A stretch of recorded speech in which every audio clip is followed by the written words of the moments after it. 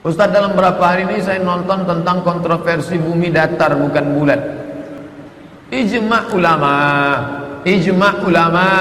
dinukil oleh ulama Saudi Arabia, ijma' Quran, hadis, ijma' qiyas.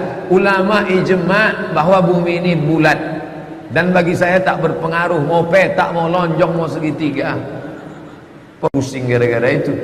Al-Kahfi 17 ayat 33. Ijma' ulama, dia mau melawan ijma'. Matahari berjalan di tempat edarnya, sedang kita ijma' ulama. Saya pegang pada ijma'. Ini ulama yang ini muncul baru 2-3 hari, 2-3 orang. Ulama ijma'. Ibnu Taimiyah menceritakan ijma' ulama. Ibnu Taimiyah termasuk ulama yang ketat dalam masalah ini. Sama siapa saja wuduk kita tak batal saat bersentuhan. Mak saya, adik saya, kakak saya, makcik saya, adik emak saya, kakak emak saya, makcik saya, adik ayah saya, emak saya, nenek saya, adik nenek saya, anak perempuan saya, cucu perempuan saya. Itu yang mahram, yang wuduk tak batal menurut mazhab Syafi'i. Mazhab Syafi'i aja tu yang begitu. Kalau mazhab Hanafi, bersentuh tak apa-apa.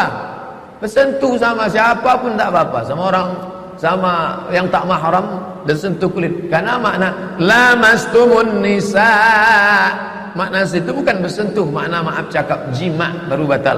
Berjima' baru batal. Kalau bersentuh tak batal kata Hanafi. Kalau Maliki bersentuh bisyahwat. Bersentuh bersyahwat baru batal. Kalau tak bersyahwat tak batal. Ada di dunia ini apabila menikah tak memiliki dana yang besar, karena sudah 3 wanita yang ingin saya nikahi tapi memberi antaran yang banyak, 50 juta. Saya mundur Pak Ustaz. Beli karton besar, anak-anak muda kumpul kalian ramai-ramai, beli karton besar, turun ke jalan, turunkan harga mahar. Turunkan harga mahar. Kalau mahar tinggi, zina merajalela. Itu sudah hukum sebab akibat. Tinggikan harga mahar, zina merajalela. Banyak orang ni lebih mau makan di daun daripada makan di pinggan. Ditawar baik-baik, Pak, kupinang anakmu Pak, wani piro, berani berapa ente? Setelah terjadi apa yang terjadi, Pak, anakmu sudah hamil 2 bulan Pak, nikahlah kalian. Jaga baik-baik. Puasa mengontrol hawa nafsu siang hari, malam hari setelah itu. Mengapa? Gimana tuh Pak Ustaz? Puasa malam tak ada. Kalau hawa nafsu antum tak terkontrol, puasa juga antum malam. Jangan. Bid'ah dhalalah itu. Maka kita jaga diri kita. Kalau sudah 13 jam setengah kau sanggup, maka yang 10 jam tentu lebih sanggup karena lebih pendek. Jagalah aktivitas banyak. Yang anak-anak muda ikut futsal, berenang. Di tempat lain berenang payah, kolam renang mahal, di Pekanbaru terjun ke Sungai Siak. Naik di jembatan Leton turun ke bawah. Bukan cuma hawa nafsu antum yang hilang, antum pun hilang sekalian. Pergi berkuda, berkuda sana ke Ukura, naik kuda. Naik kuda 1 jam sama dengan 1000 push up. Setelah itu habis tarawih tidur, capek. Nafsu itu harus dibakar semuanya. Mohon penjelasan tentang Ahlussunnah wal Jamaah. NU Ahlussunnah, Muhammadiyah Ahlussunnah, Perti Ahlussunnah, semua yang berpegang dengan sunnah itu Ahlussunnah. Jangan kalian kotak-kotakkan Ahlussunnah. Ahlussunnah hanya kami, Ustadz Sunnah. Sampai sekarang ada pula warung sunnah. Artinya warung dia aja yang sunnah. Berarti warung yang lain warung bid'ah lah itu. Karena lawan dari sunnah bid'ah. Semua ormas-ormas itu Ahlussunnah wal Jamaah, kecuali yang sudah keluar dari sunnah. Dulu kalau dikatakan bid'ah itu apa? Khawarij, Syiah, Murji'ah, Mu'tazilah, Qadariyah, Jabariyah. Itu yang bukan Ahlussunnah. Ini ndak. NU tak Ahlussunnah, Muhammadiyah tak Ahlussunnah, Perti tak Ahlussunnah. Mereka ini tak Ahlussunnah. Lalu yang Ahlussunnah siapa? Kita saja. Ndak. Kenapa surat Yasin jadi idola daripada surat yang lain? Dikit-dikit baca Yasin, dikit-dikit baca Yasin. Man qara'a Yasin fi lailatin, siapa yang baca Yasin pada suatu malam, asbaha maghfuran lah, pada waktu subuhnya dia sudah diampuni Allah. Kalau tak ada hadis itu takkan dimuliakan orang surat Yasin. Quran semua kita muliakan, tapi di antara Quran ayat-ayat ada keutamaan khusus. Man qara'a Yasin fil lailatin, siapa yang baca Yasin pada suatu malam, asbaha maghfuran lah, subuhnya dia sudah diampuni Allah. Tengok tafsir Ibnu Katsir, idza quri'a fi amrin asirin, kalau dibacakan pada perkara yang sulit, illa yassarahullah, maka Allah mudahkan dia. Kata Imam Ibnu Katsir, dibacakan pada perkara sulit, sulit rezeki, sulit anak mau lahir, sulit mau mati, dibacakan surah Yasin. Baca Yasin tak salah, seumur hidup baca Yasin masalah. Kami dengar ceramah Buya Yahya, beliau mengatakan akidah seorang tidak benar apabila tidak bergabung Ahlussunnah wal Jamaah, Asy'ariyah, Al-Maturidiyah. Apa maksudnya itu Pak Ustaz? Malaysia adalah Islam, tapi dibatasi.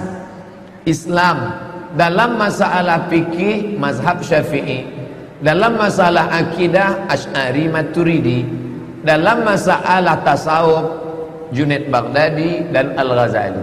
Itu Malaysia. Maka siapa saja yang mau ceramah ke Malaysia, 2 bulan sebelumnya kirim ijazah fotokopi paspor. Ijazah S1 saya, ijazah S2 saya kirim ke Kuala Lumpur sebelum ceramah, diperiksa oleh mufti. Ini orangnya tak keluar daripada ini. Dalam masalah fikih Syafi'i, dalam masalah akidah Asy'ari Maturidi, dalam masalah tasawuf Junaid Al-Baghdadi dan Al-Ghazali. Keluar daripada ini tak khawatir umat ini sesat. Buka kanun asasi Aceh. Aceh begitu juga. Aceh Ahlussunnah wal Jamaah dibatasi 3. Ternyata Kiai Haji Hasyim Asy'ari merumuskan NU adalah 3. Hasyim Asy'ari, NU itu 3. Dalam masalah akidah Asy'ari Maturidi, dalam masalah fikih tak boleh keluar dari 4 mazhab, dalam masalah tasawuf Junaid Al-Baghdadi dan Abu Hamid Al-Ghazali. Ini Ahlussunnah wal Jamaah. Kemudian beliau mengatakan akidah seorang tak benar apabila tidak bermazhab. Macam mana tak bermazhab? Datang orang nanya ke saya, Ustaz, boleh tak saya tak bermazhab? Saya bilang kalau ente tak bermazhab, berarti ente langsung kembali ke Quran dan Sunnah. Iya. Lalu dalam masalah Sunnah ente ikut siapa? Saya ambil dari Sahih Bukhari. Kalau ente ambil dari Sahih Bukhari, berarti ente namanya sedang bermazhab Bukhari.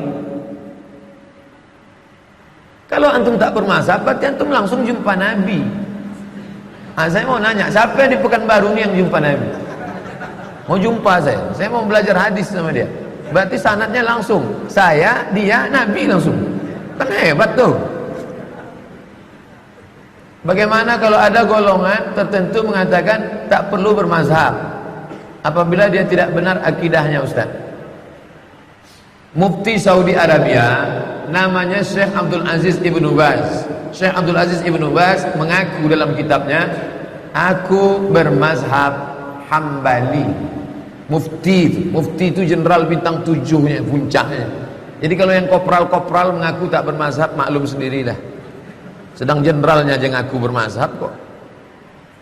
Ustadz, bisa diceritakan agama Yahudi kok sampai yakin kali dengan agamanya? Itulah isi pembahasan kita tadi. Yang selama hampir sejam tadi, mereka yakin betul dengan agamanya. Keyakinan itu di dalam. Dia yakin dia bangsa pilihan Tuhan. Dia yakin bahwa Mesias akan datang. Dia yakin bahwa ini bumi dijanjikan Tuhan. Dia yakin dia akan menguasai dunia. Kita kenapa tak yakin? Karena kita tidak beribadah. Maka ilmu ini jangan hanya setakat telinga saja. Yakin akan masuk kalau kita amalkan. Yahudi itu, tengok, semalam saya dikirim anak-anak Yahudi membaca kitab, memanjangkan ini, pakai topi baca. Anak-anak itu dari kecil, anak-anak kita suruh hafal juz 30, lomba tahfiz Quran. Itu yang akan menanamkan kepalanya. Bawa dia salat tarawih, bawa dia ke masjid, bawa. Amal. Yahudi melakukan itu, kita tak melakukan itu. Agama di sekolah minim. Maka jangan heran banyak orang Islam tak paham agama. Mereka enggak, agama diperkuatnya. Yang berkuasa di Yahudi itu sekarang siapa? Garis kanan yang ekstrim. Yahudi yang ekstrim itu yang dijadikannya sebagai ulama. Tempat kita yang liberal dijadikan ulama, yang ekstrim malah ditangkap. Ya hancurlah. Bagaimana pembagian zakat fitrah yang afdal pada zaman sekarang? Kan terdapat fakir miskin. Yang dikatakan miskin masa Nabi dulu memang tak memiliki apapun. Yang sekarang orang merasa dirinya fakir miskin, menerima zakat katanya, namun dia memiliki Honda dan lain-lain. Miskin, fakir tak ada income sama sekali. Tidak ada income sama sekali. Fakir, janda tua, suami meninggal, anak tak ada, sebatang kara, fakir. Miskin ada pemasukan tapi tak mencukupi kebutuhan. Misalnya orang Pekanbaru standar hidupnya 2 juta, dia cuma 1 juta sebulan, maka dia termasuk miskin. Adapun sepeda motor itu alat, bukan harta. Jangan nanti kalau ada orang punya motor tak dikasih zakat. Zaman Nabi dulu orang bukan punya motor, punya kuda. Kuda itu alat transportasi. Dia tak punya pemasukan. Mana lebih mahal kuda sama Honda? Ya mahal kuda. Kuda itu paling murah 70 juta. Yamaha Mio 15 dapat. Jadi kalau ada orang punya motor tak dikasih zakat, dia miskin kalau pendapatannya tak ada. Nah ini, jadi jangan standarnya motor. Asal punya motor kaya. Tak bisa jadi hukum motor. Pemasukan tapi tak mencukupi kebutuhan. Misalnya orang Pekanbaru standar hidupnya 2 juta, dia cuma 1 juta sebulan, maka dia termasuk miskin. Adapun sepeda motor itu alat, bukan harta. Jangan nanti kalau ada orang punya motor tak dikasih zakat. Zaman Nabi dulu orang bukan punya motor, punya kuda. Kuda itu alat transportasi. Dia tak punya pemasukan. Mana lebih mahal kuda sama Honda? Ya mahal kuda. Kuda itu paling murah 70 juta. Yamaha Mio 15 dapat. Jadi kalau ada orang punya motor tak dikasih zakat, dia miskin kalau pendapatannya tak ada. Nah ini, jadi jangan standarnya motor. Asal punya motor kaya. Tak bisa jadi hukum motor. Tak bisa jadi hukum motor.